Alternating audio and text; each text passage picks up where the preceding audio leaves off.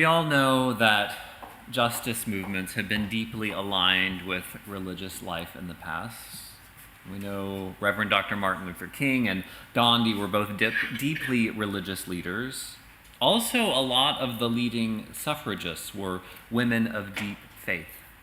Olympia Brown, for example, was a Universalist minister, the first woman ordained by a religious denomination in the United States. After a short but very successful time working in parish ministry, she became a full-time activist for women's right to vote. And within the LGBTQ plus movements, leaders have come from faith communities too, most notably Reverend Mel White and Reverend Gene Robinson. It's tempting, especially for me, to say, now look, see, all these great people have been fighting for justice by their faith. Their faith has made them better people in the world. We should do the same. That's my first line of thought for this sermon. It's often my knee-jerk analysis, too simple, that prayer leads to justice. There's a problem there. I can't say in good conscience that prayer leads to right decisions. Historically, people of faith have been on both sides of just about every debate.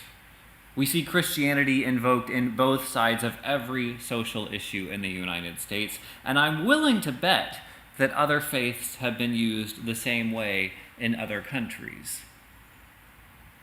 We cannot claim that prayer makes people do the right thing.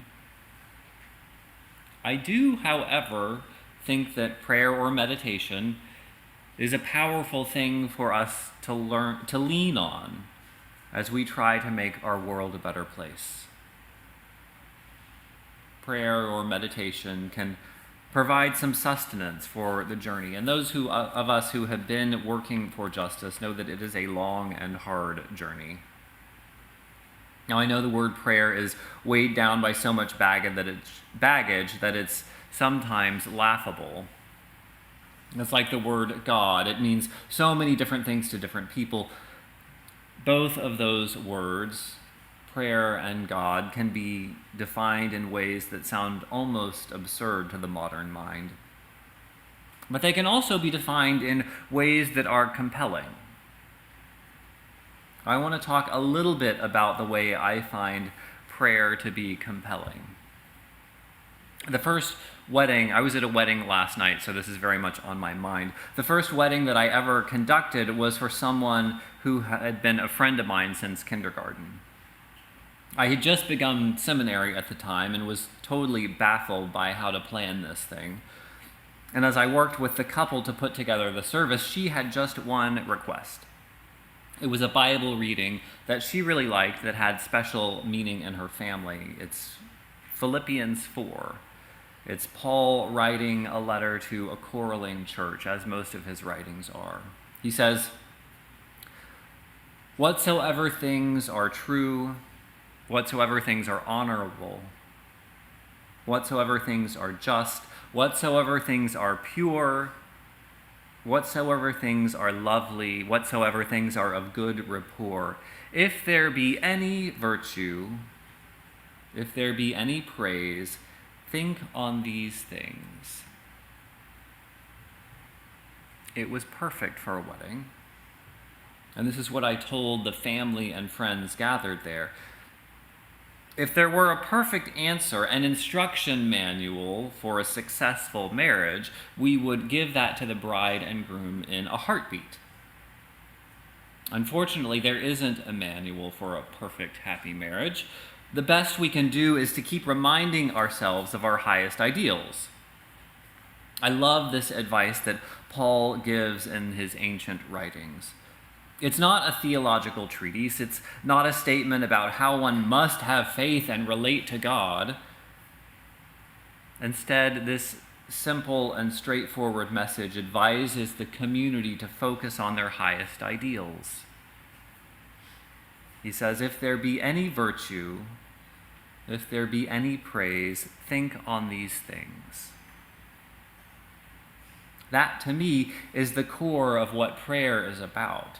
It's thinking on these things, these highest ideals.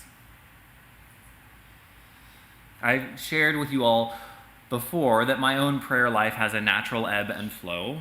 There have been times when I feel deeply fulfilled with a sort of conversational style prayer, running through the day's events or offering gratitude or hoping for the best for my family and friends. During those phases of life, there's sort of this conversation partner in God in a casual way. And there are other times in life when praying in such a personal language doesn't feel right at all. Rather than a personal conversation with God who may or may not exist and most likely does not speak English, I'm more inclined to simply meditate about my life and to celebrate my place in this beautiful world that we live in. Month to month, my prayer life changes, but it doesn't go away. I try to find some time for gratitude, some time to measure my actions against my ideals, to determine what I want in my heart for myself and for the world. That's the kind of prayer or meditation that I find compelling. Just taking a moment to experience gratitude. But let's get back to social justice.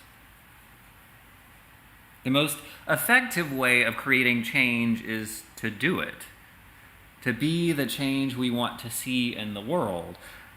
At least that was the advice that Gandhi gave, to be the change you want to see in the world, right? In some ways, being the change you want to see in the world is very easy, and taking action is clearly more impactful than prayer. If I want to see this singing bowl move through the air, it's much more effective to just pick it up and make it happen than to sit here praying for it. But unfortunately, the change we want to see in the world is a little bit more complicated than that most times. Usually, we care most deeply about complex, interconnected systems. We're a part of them, yet so is the rest of the world. Our power to make that change can feel very, very limited. One of my colleagues tells a story of how she found that profound challenge in being the change you want to see in the world. Obviously, we all want more peace in the world. Being that change can be difficult, though. As my colleague tells the story, she was participating in a peace rally one day down in the San Diego area. If you've ever done any demonstration, which I suspect most of you have, you know that there's a pretty wide range of responses. There are the occasional folks that seem angry. There are folks that will honk their horn in very ambiguous ways as they drive by. And then there are those who feel a need to display one of their fingers at you and sometimes yell their objections. So one day this colleague was participating in a peace demonstration. She noticed a car drive by that flipped her off. She graciously held her peace sign a little higher and smiled. Later, the same driver drove back by, offering the same middle finger of resistance. This time, baffled by the rejection of peace of all things, my colleague began shaking her sign at the driver. And still later that same day, the same driver came back offering the same offensive gesture, and something cracked. From within her rose a voice so loud that she surprised herself as she shouted out, "Peace, you jerk!" Her words were actually a bit more colorful, but I'll let you use your imagination. Being the change we want to see in the world is often more difficult than we think. because often the change that we hope to see out there is change that we have to make in here first. When I decided to write a sermon about the connection between prayer and justice, I knew immediately that I needed to talk about the Unitarian minister Theodore Parker. You've heard me talk about him before. The story, perhaps its legend at this point, of his ministry speaks to an amazing combination of faith and action. Now, Parker was a cutting-edge theologian, definitely against the grain of even his most liberal Unitarian colleagues at the time. He squarely pointed out the significant inconsistencies in the Bible. Most importantly, Parker resoundingly rejected any miracles in the Bible. He was on the cutting edge of theology, not because he wanted to diminish faith, but because he wanted his religious expression to be on the firmest foundations possible. And the effort paid off. While his words were rejected by the Unitarian mainstream, he drew crowds of 3,000 people every Sunday morning in Boston. More than his theology or faith, though, Parker's known for his defiant actions for justice. He had several causes that he was into, but by far the most profound commitment was the abolition of slavery. In violation of federal law at the time, Parker harbored people who had escaped slavery in his own home and encouraged his congregants to do the same. He was a fierce defender of the rights of all people, even risking his own imprisonment. It's said that Parker wrote his sermons with a loaded gun in his desk drawer for the protection of the refugees that he harbored. I'm sure we all have slightly different reactions to that type of weaponry. It makes me a little uneasy. He's also said to have set a pistol on top of the pulpit where he preached to make it clear that any slave who came looking in his church would be protected. In his quest for justice, Theodore Parker made some tough decisions and probably made them through a lot of prayer. My point is, working for justice isn't always about a morally straightforward process. Real, meaningful change, real justice work is ethically messy sometimes. As Dr. King wrote in his letter from a Birmingham jail, we know through painful experience that freedom is never voluntarily given by the oppressor. It must be demanded by the oppressed. That's because freedom for all means that those in power have to give up some control. When slavery was abolished and black people gained the right to vote, white people lost a little bit of power. Someday, when women finally earn an equal wage, I do have faith that it will happen someday, men will make a little less money comparatively. Justice movements are not just about gaining more for those who are oppressed. They also involve redistribution of political and economic resources. Struggling for justice means taking power and wealth away from someone sometimes. And that's tricky business. This is an important piece of prayer and meditation. I think humility is one of the most powerful fruits of prayer, and perhaps the most important fruit as we relate prayer to the struggle for justice.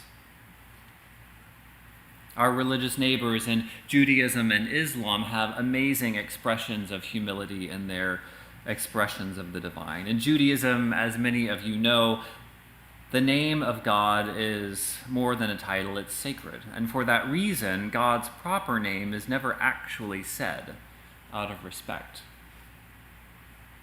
And within Islam, images of the Prophet Muhammad and other prophets are strongly discouraged.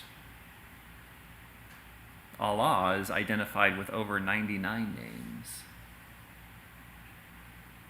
I'm fascinated by both of these traditions' recognition of the elusiveness of the sacred. There's a lot of power in admitting that God can't be captured in a simple name or a simple image or a black and white answer of what is right and wrong. Similarly, our highest ideals can't be simply boiled down into a black or white world, a world of easy answers that grants free rein to do what is right. A relationship with the divine is more complicated than easy answers. A genuine experience of prayer or meditation involves enough humility to make it clear that we don't have all the answers. And we certainly are not perfect, even as we struggle to bring about justice. In conclusion, let me say that yes, the clearest way to affect change in the world is to pick up the phone and call your representative, to stand up in a protest, to speak your truth to the world, and please vote. I probably don't even need to say that, but I'll say it anyway. Real change requires people like you making it happen with our feet on the ground, and actually being the change we want to see in the world is hard work. And prayer and meditation can help us along the way. I don't care if you pray in the sense of having a conversation with God. For a lot of you, I know that just doesn't make any sense. I do care, though, that you make some time for yourself, every once in a while, to be grateful. Time for some self-reflection, time to determine what you really hope for yourself and for our world. It's that simple. Prayer doesn't have to be some complex ritual. It's just a moment of gratitude, of self-reflection, and examining priorities. It's a moment to pause on our way to making the world a better place. Amen.